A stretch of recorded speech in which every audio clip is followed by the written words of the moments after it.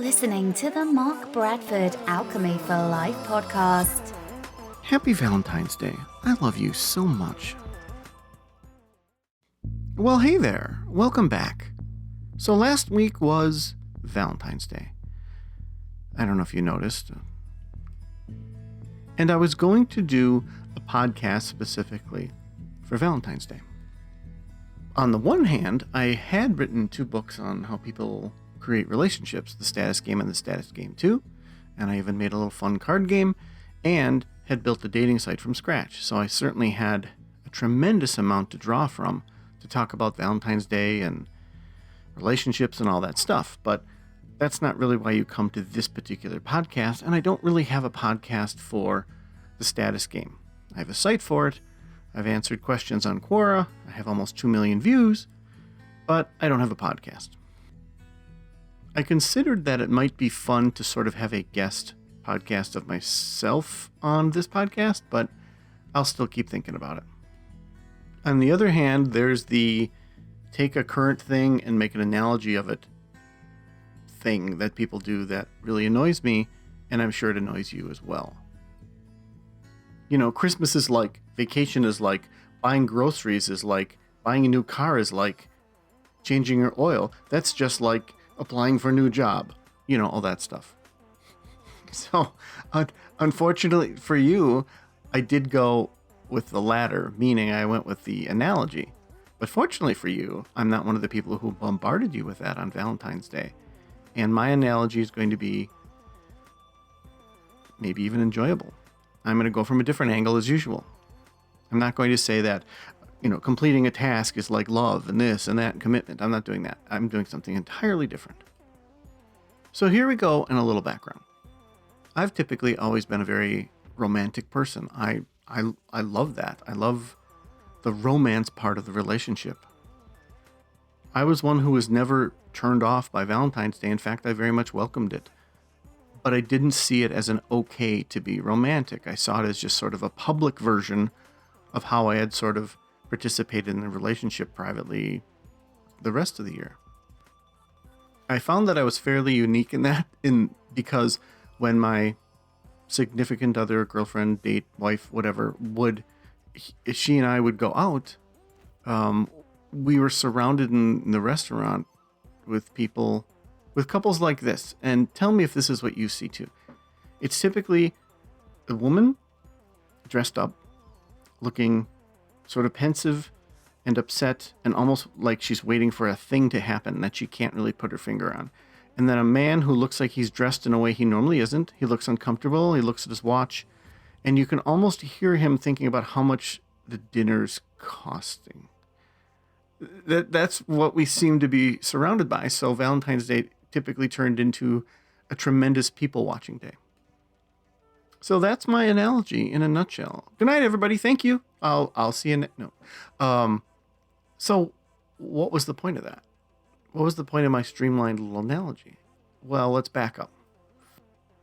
So Valentine's Day didn't tell me to do a certain thing because I was already doing it. It didn't tell me to buy flowers because for me, the day I bought flowers was typically called Wednesday or Tuesday or whenever, because flowers are much more enjoyable when they just show up out of nowhere. I mean, I can only imagine what it's like to be hypothetical Marcy, in which, it's Valentine's Day, I guess Bill's going to buy me flowers, as opposed to flowers just show up one day and I'm thinking about you. I really enjoyed our time, or this and that. Imagine a wife getting flowers from a husband that she's been married to for 10 years that says, I really enjoyed our time last night. Like, what? She'd almost think like, wait, was this supposed to go to your mistress? Wait, you enjoyed our time last night? Like, I see you every day. That's more of what romance is. It's this unexpected, enjoying the spark and the joy of every moment kind of thing. And I know it sounds cliche and silly, but that's what I see. I don't see buying flowers because a date tells you to. And just to muck things up even further, I'm not talking about manufactured days. I don't think of Valentine's Day as necessarily being a manufactured day. I think it's perfectly fine to have one day a year designated as the romantic day. So what? I mean, we have a lot of days designated as one day a year we do a certain thing. Perfectly fine. I do take exception with adding another day. Well, let's make Sweetest Day then. Well, wait, what was Valentine's Day? And don't even get me started on Valentine. Without detracting and mind reading of the men who really only do show their romance one day a year, which I think is horrible. You're not a caveman. You're not disabled, in the brain. You're a fully functioning adult. Knock it off. There's no, well, Bill means well. Well, he says I love you in different ways. How about I love you? There. Sorry, it's just annoying. My point is that there is a certain special essence of doing something because that's who you are versus doing something because you're expected to or you're told to. That's the essence of my analogy and the essence of what I'm trying to get forth to you with comparing Valentine's Day for amateurs as opposed to people who are romantic all the time. And you could take it further and say the same could be said for Christmas. You shouldn't just be nice to people on Christmas. You should be nice to people all the year round and so on and so forth. That kind of thing, sure. But what I'm talking about is a certain kind of integrity that says, hey, this is who I am. This is what I always do. I help the old lady across the street. I give the person some change at the counter that looks like they almost could have afforded it, but they couldn't. I lie about wanting to sit there because the two kids that were going to sit there look like they really wanted two seats together and looks like they're newly in love. Yeah, I was going to sit upstairs anyway. Yeah, no, that's not where I want to sit. Those kind of things. Those kind of things are born from who you are. You can't change them tomorrow. You're not going to be able to change them yesterday. You just enjoy that that's the person you are versus being told to be a certain way. And that brings up a whole societal thing of being told to be a certain way when you're already that way and what that kind of does to your psyche. There's a lot of examples out there that I'm not going to get into, but as human beings, you find that you almost start deviating in the other direction.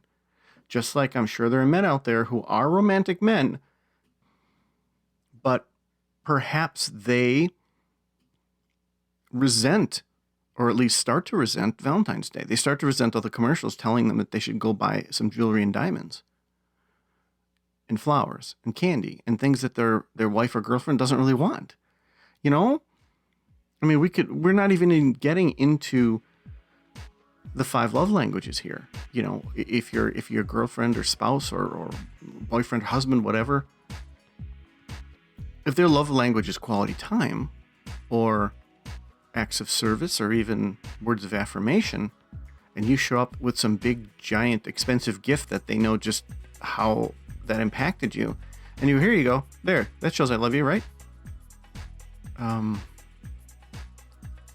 That's going to have the opposite effect, as opposed to, like I said, somebody whose love language is quality time, like mine, and the significant other takes half a day off of work to spend more time with you, or to start cooking early because you have a cooking date or something like that. I hope that all made sense.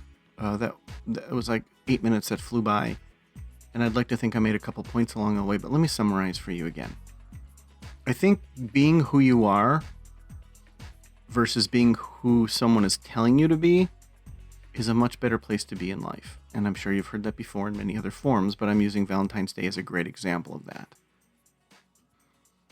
And since we are talking about relationships, and I did miss the big deluge of people cramming Valentine's Day down in your throat on purpose, then I will say that if you're interested in some relationship enhancing things, besides the 2 books that I wrote that I mentioned, you might want to take a look at the 5 love languages if you haven't read it already. And in a nutshell, it basically says that we have 5 ways that we express and accept love. And it's a very cool thing, because once you learn what your language or languages are, then you start to realize why certain things are far more important to you than they quote unquote should be. or why something affects you in a certain way. Personally, I'm a quality time and touching person. Those are my two touching person. Yikes. Those are my two languages. So I typically I'm more than happy to give people hugs and things like that. When my kids were little, wrestling was fun, stuff like that. And when it comes to time, I am always on time. I am always early, whether it's for clients or for dates or whatever, because I don't want anyone to wait, because that means that I think my time's more important than theirs, and I don't. And as I figured out recently, that's also why I get a little bit more upset than the average person when someone's late.